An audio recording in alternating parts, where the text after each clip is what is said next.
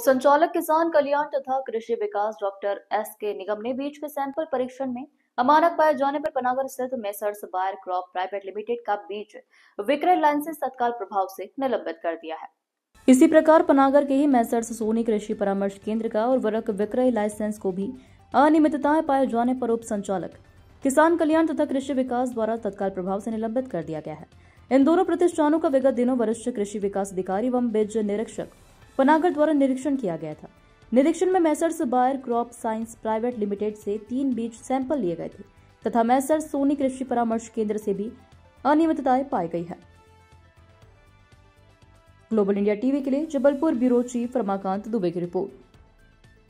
Sir, मामला जानकारी में है कि कहीं किसी खाद बीज की दुकानों से कुछ कार्रवाई की गई, कैसा क्या है मामला? बिल्कुल आपका जो खबर है बिल्कुल सही है। कल हम लोगों ने लाइसेंस निलंबन की कार्रवाई करी है। बायर कंपनी के 3 सैंपल हमारे उर्वरक बीज निरीक्षक द्वारा लिए गए थे और वो तीनों सैंपल फेल आए थे।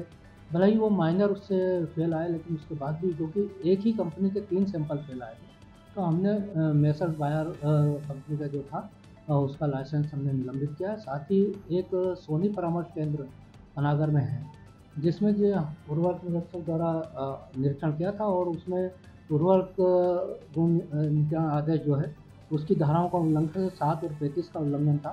तो उन धाराओं के उल्लंघन के संबंध में हमने उसमें भी उसका लाइसेंस निलंबन की कार्रवाई करी।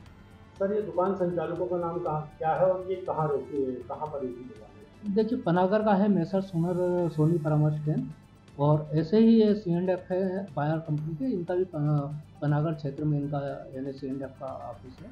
तो इनका भी यानी वहाँ से सैंपल कलेक्ट करें तो इनका लाइसेंस निलंबित किया गया। तो सर, क्या ये दुकानें अब सील की गई हैं या केवल इनकी लाइसेंस? नहीं, दुकानें सील करने का नहीं सवाल है, क्योंकि देखिए कोई भी यदि दुकानदार है वो ज़रूरी नहीं है कि केवल एक ही फर्म एक ही तरह का बिजनेस कर रहा हो।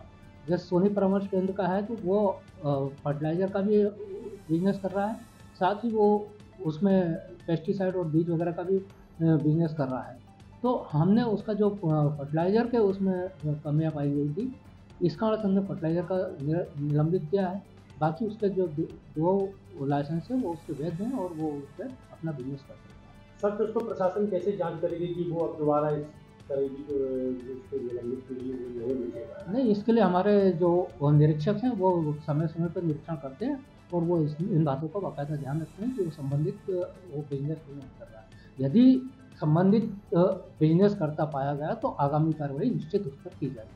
सर, उससे कुछ परीक्षण करके कुछ सब माल भी जब्त किया गया है? नहीं, माल हमने कोई जब्त नहीं करा, माल उनकी सुपुर्द में ही रहता है। ठीक।